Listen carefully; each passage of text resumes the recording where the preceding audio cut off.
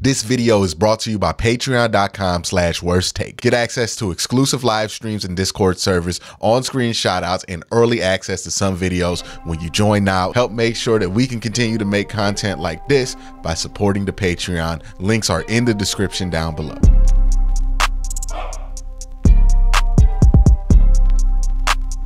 Well, it's been a full week here in Mobile, Alabama. 3 full days of practice, a great look at a lot of the prospects here. And what did I walk away thinking? Well, you're going to find out. I'm going to talk about the standouts and the guys that pop up to my head as people that the Browns might be interested in, or guys that I don't think the Browns would be interested in, and telling you why that would be the case.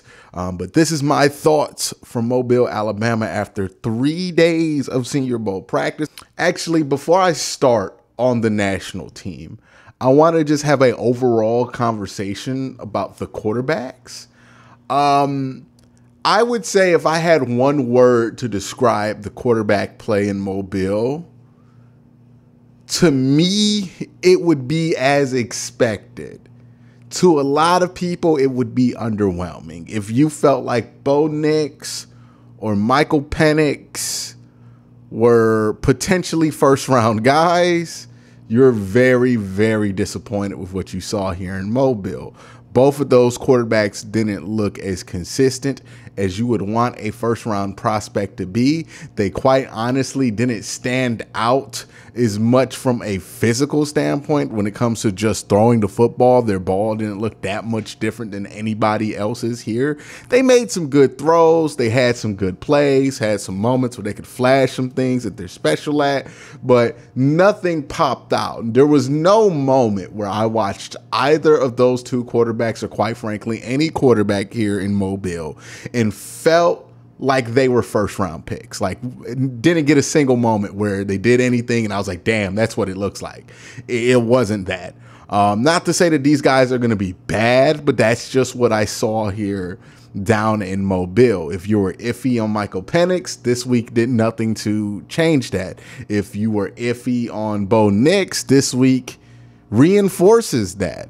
As far as the other prospects go, I thought Sam Hartman was Sam Hartman. I like Sam Hartman. I think that Sam Hartman's going to be an incredible backup for a lot of different teams in the NFL, but I don't think that you draft somebody like Sam Hartman. I like how Sam Hartman is a gamer. He likes to just go for it, balls to the walls. He reminds me a lot of Ryan Fitzpatrick, but you don't draft Ryan Fitzpatrick. That's not what you go out there and try to get. I thought Spencer Rattler was impressive. Like, he was the one quarterback where I'm like, okay, his stock went up. Bradley Carter, I believe, it was the South Alabama product. He was also more impressive than you would have assumed coming into this week. Joe Milton, he was exactly what you expected. And the one thing I did want to go back and talk about some of these quarterbacks was, like, it seemed like all of these quarterbacks, for the most part, except for Spencer Rattler, were just late all the time. And look, I get it. It's a week. You don't get to learn the offense. The offense isn't really that complex, but I think it's enough there to where you can be on time as a quarterback. And the only quarterback who was consistently getting the ball out at a reasonable time, it felt like it was Spencer Rattler. Michael Penix had a tendency to hang on to the ball just a little bit long. Bo Nix, sometimes it'd come out, but when it came out on time, it was only because it was a check down, right? It was never on time and take a throw down the field. Spencer Rattler would get it on time and out and down the field. And that's why I think he probably will end up being one of the more impressive quarterbacks of the week. But either way, I think all of these quarterbacks that we saw, third round feels right for them, right? I would say third round. I don't know, maybe because of the college resume, Bo Nix and Michael Penix get second round selections. If it were me, I wouldn't even think about it till the third round, to be honest with you. I don't really even see the upside in Bo Nix or Michael Penix. I don't think it's there, to be honest with you. But That being said, let's talk about some other prospects now that we got quarterback out the way, and we're going to start with the national team. I talked about these two guys already. Roger Rosengarten, he's good, man. He's really athletic, or he looks athletic. Nice, long, strong guy. Stays with his edge rushers. Doesn't get beat around. Does a great job making his guys run the arc. Hardly gets beat inside at times. And I thought he's had an impressive 3 days. He was impressive again today on the third day. Yeah, if he's there, I don't know. I don't know if the Browns the need at tackle is so heavy for the Browns that they take him in the second round. But if he's there in the third or fourth round, man, you got to have a real conversation. Now, the question is, will he be there? How much has his stock risen? He was more in the fourth, fifth round range before the Senior Bowl. Now he might sneak into the second round, maybe a solid third round pick here. So if you're the Browns, you might need to move up to go get him in the third round or take him in the late second. But yeah, I think he's going to be a good tackle. There's questions on whether he plays left or right tackle. He played both of them this week. He looked fine at both of those positions, and he's a good enough athlete to where I wouldn't be concerned about it. And even if he's naturally a right tackle, or if most of his reps are at right tackle, if I'm asked who should you flip, DeJuan Jones or him, I would flip him because he's a better athlete. DeJuan Jones is not a better athlete. Well, DeJuan Jones is a good athlete for his size, but he's not the athlete that Rosengarten is, and I would trust the better athlete to be able to make that change versus the bigger guy. Kingsley Suamataia, I like him a lot. I thought his handwork was good. Still has a lot to learn. Not the size and the build that you want from a left tackle. He's more of, left tackles usually have more of a slender, gangly build. He's more of a burly guy, right? He's more barrel chested. So that is something he's going to have to overcome at the tackle position. Tight ends, I thought two guys stood out on the national team for me, specifically Brevin Spann-Ford. I thought he stood out. He's had a couple moments where he's popped open some huge run plays this week. He did it again today by pulling himself around. And also, I thought he had a nice day as a receiver as well. A.J. Barner has stood out all week. He's another guy that I would be interested in if I'm the Cleveland Browns, because I do think the Browns are going to have to take another tight end in the draft. Running backs, I've liked two guys. I like this guy all week, Dylan Loeb from University of New Hampshire. I think he's going to be slept on. I think he's a good athlete.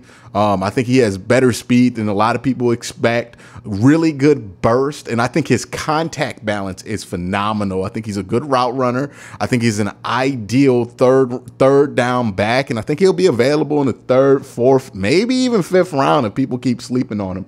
Depends on if he runs a 40 time and if that 40 time is significant. But I like what I saw from him all week. He was pretty consistent. And I think that he's somebody the Browns should look at. Marshawn Lloyd's also going to be one that pops more eyes. He went to USC. He's a really, really good athlete. The one concern you have with Marshawn is that he did have a fumble problem at USC, and you do worry about if that's going to be a big deal for him going forward. He did fumble, I believe, once at the Senior Bowl, so we'll see what's up with that. He does carry that ball low, but Marshawn Lloyd, I thought he had a spectacular day today. Really showed off his athleticism and his versatility as a receiver. He probably runs the best routes out of all the running backs that we saw down here at the Senior Bowl. And I think he's somebody to consider. Let's get to wide receiver. I don't think any of the, well, I'll put it like this. Malachi Corley, I thought played well. He is somebody with a more running back-ish build to him. I don't know if the Browns have a fit for him, but he is going to be a nice running back. I say the same thing about like Ricky Pearson. I thought he had a great day as well. Brendan Rice had a good day 3 after a couple of shaky first 2 days. I don't know, man. It's just the hands thing. If you think you can fix somebody not being able to catch, then you should consider Brendan Rice, because I think he does a lot of the other stuff well, that if you can just get him to catch the football consistently, that's fine. But I think there are two types of players that have drop issues. There's the first type of player that has a drop issue because they they just don't know how to catch, right? Their instincts to catch a ball just are bad, right? They clamp, they don't close. They just need to get on a jugs machine and retrain their muscle memory to be able to catch a football more effectively. Or they might have that I can't catch because I'm scared to get hit thing. Like, I can't explain this better than Amari Cooper did in his podcast that he did with Jordan Cameron, if you go back, but he's talking about wide receivers. A lot of the times they'll have drop issues because they're afraid of somebody hitting them when you can't see them, and that makes them flinch whenever something fast goes by them.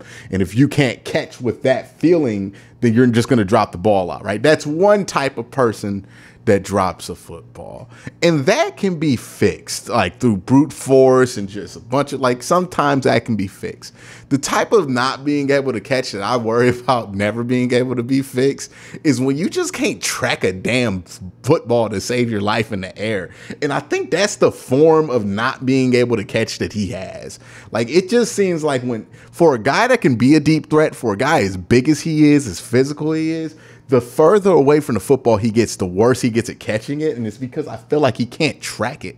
Like, his depth perception is just not where it needs to be able to track a football in the air and get his hands in the right place. It's weird. I don't know why that is, but that was something that has stood out to me all week with Brendan Rice. If you think you can fix that, you should take him, because there's a lot of upside there, in my opinion. But if you don't think you can fix that, hey, man, stay away. Gabe Hall, big Gabe Hall from Baylor. I thought he had a strong day 3, a really strong day 1, and a forgetful day 2. He and somebody on the American team, Darius Robinson, are kind of competing for the same role. Darius Robinson is a more impressive version of him, but I'll get to Darius when I get to Darius. But I thought Gabe Hall, he's good.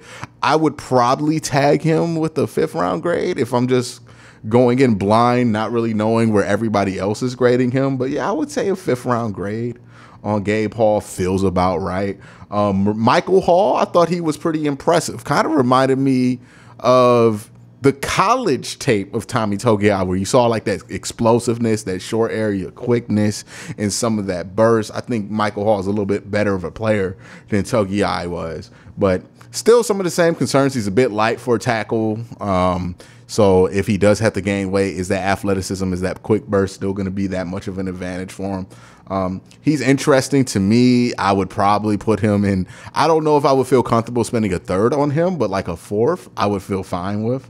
Edge Marshawn Nealon, I want to see more out of him in the pre-draft process. So I just want to see him like run the 40, see him in a 3-cone, see how athletic he is before I really get excited about him. But he has good size, a couple of good reps there. Still, I think a bit of a raw product coming out of Western Michigan.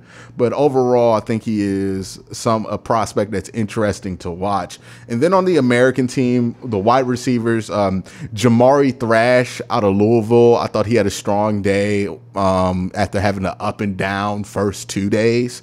I like him. I think he fights for the football. I think he catches through contact. He has that. I like wide receivers who like to fight, right? Like, I think that's what it is. I like wide receivers who like that contact, who kind of invite it on. And sometimes with somebody like a Tez Walker, it doesn't feel like he invites that contact. Like, if you put Martin Emerson on Tez, I think Martin will clamp that up with no problems. But if you put Martin on Jamari, I feel like Martin gonna get the better of him, but Jamari gonna fight. And that's what I like about him as a wide receiver. Same thing can be said with Xavier Leggett. Shout out to my guy, Kyron Samuels, who gave me this comp. He said Xavier Leggett is a lot like Dez Bryant when you talk about somebody who's 6'1", but plays at 6'3", who plays physical, that you know, kind of like I think Jarvis Landry was a little similar to that, but, you know, like that kind of player coming out of college. And I would agree with that. I like him. I wouldn't mind if the Browns took him in the 2nd round. But, yeah, Xavier Leggett, he had a bad day 1. He came back strong on day 2. So, yeah, Xavier Leggett's definitely interesting. Thought Jaheim Bell stood out to me on day 1. I didn't really see him stand out much else throughout the week, but that just might be because I missed some of the drills that he was in, because the tight end running back one-on-ones happens while everything else is, and it's kind of difficult to catch it all. And even when you go through the film, it's kind of difficult to get a gist for what exactly was going on there. Offensive tackles for the American team, I thought there were two interesting guys. Tyler Guyton is interesting. I thought he had I think he had the strongest day of all of the American offensive tackles that were there. Big guy, quick feet, good enough athlete. He's an offensive tackle prospect for sure. Javon Foster, who I felt like had a really good first and second day. Ooh, he had a rough day 3 though. He got beat inside consistently. He sometimes does that thing offensive linemen do, where their mind and their upper half of their body moves before their feet. And that is something he's going to have to get over in the NFL, right? Because there were a couple of reps here where I'm like, his feet just didn't move before he thought about where he was going. Like it didn't seem like his whole body was under agreement on what he was going to do. So he would kind of fall down and trip on himself at times. Good prospect. I think he is definitely a developmental guy. So if you drafted Javon Foster, I don't think that that's somebody who starts day one for you, but he does have a lot of upside. But yeah, he does have to work that one out. Let's see who else here. Darius Robinson, big Darius Robinson. You see him, number 6 from Missouri. I like Darius Robinson a lot. He's what it looks like. Right, when you talk about what the Browns want to do to get more athletic and long in the interior with the wide 9, Darius Robinson is what you take a picture of and you show to the rest of your scouts. Like, it should look like that guy. He should look like Darius Robinson. Big guy, long frame, strong guy. I think he's a good athlete as well. He doesn't look super stiff, right? He doesn't look like Gregory Rousseau stiff. I think he's a little bit less stiff than that. He's not fluid. I don't think he has great bend. You're not going to put him at edge the majority of time, but he's not a bad athlete. And if we're talking about him being at 3 tech, I think that's somewhere he can hold down. He might have to add like 5 or 10 pounds to his frame, but I think he can easily add that because he's already massive. So yeah, Darius Robinson's interesting. If the Browns are looking for a wider 3 tech for that wide 9, that would make sense. Darius Robinson would make sense. McKinley Jackson is my sentimental favorite. He wore number 3. He goes to Texas A&M, and the brother's undersized. Like, he's undersized. He doesn't have what you would expect an NFL player's build to be, especially in the interior. He's like, what, maybe 6 foot? I doubt he's anywhere above 6 foot. And he's probably, around 300 pounds. But he just practices so hard. Like, this dude just goes at every rep and throws his body like a bowling ball at whoever's trying to block him. And he just never stops. Like, if there were 2 players who I thought had like incredible motors this week, Roger Rosengarten never quits, by the way. If you are one of those people who complain about Jed Wills, like the play's over and he just lets it go and he's done in his body language, you love Roger Rosengarten, because Roger Rosengarten, the play is never over for Roger Rosengarten. The same thing is true for McKinley Jackson out of Texas A&M. I don't think he gets drafted. I do think he ends up on somebody's camp, and he will be the people's champ on whatever camp he is in. Sentimental favorite. I thought he had a strong week. Ultimately, the questions about him aren't going to be about how he practices or even how he plays. It's going to be more about what do you do with the dude with his specific build, because he's undersized in both ways, where he's not big enough or tall enough. And there's really not a good place for him in the modern NFL. Another guy who is not undersized is T'Vondre Sweat. You saw what exactly you thought you would see out of T'Vondre Sweat. Big, strong, overpowering guy. He's your traditional 1 tech.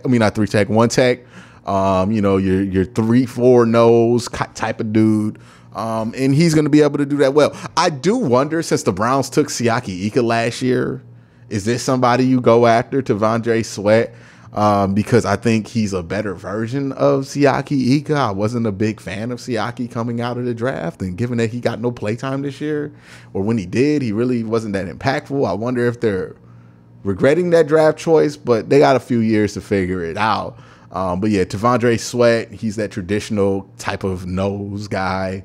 He can hold the double teams down, be a big fella. And maybe the Browns are interested in T'Vondre Sweat, because if you look at who they brought in at defensive tackle, yeah, they got a Shelby Harris and a Maurice Hurst, but they also brought in Big Dalvin Tomlinson and then drafted Siaki Ika. So they clearly have a use for those big old guys. And maybe, just maybe, T'Vondre Sweat is one of those guys that they look at.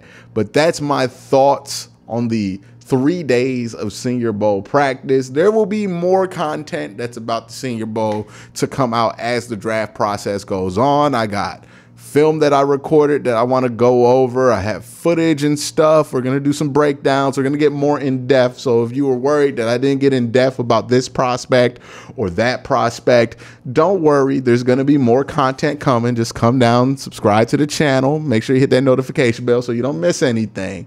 But that's my thoughts on day 3. Let me know what you think. If you were able to catch it, down in the comment section below. You guys have a great day. Have an even better night. Peace.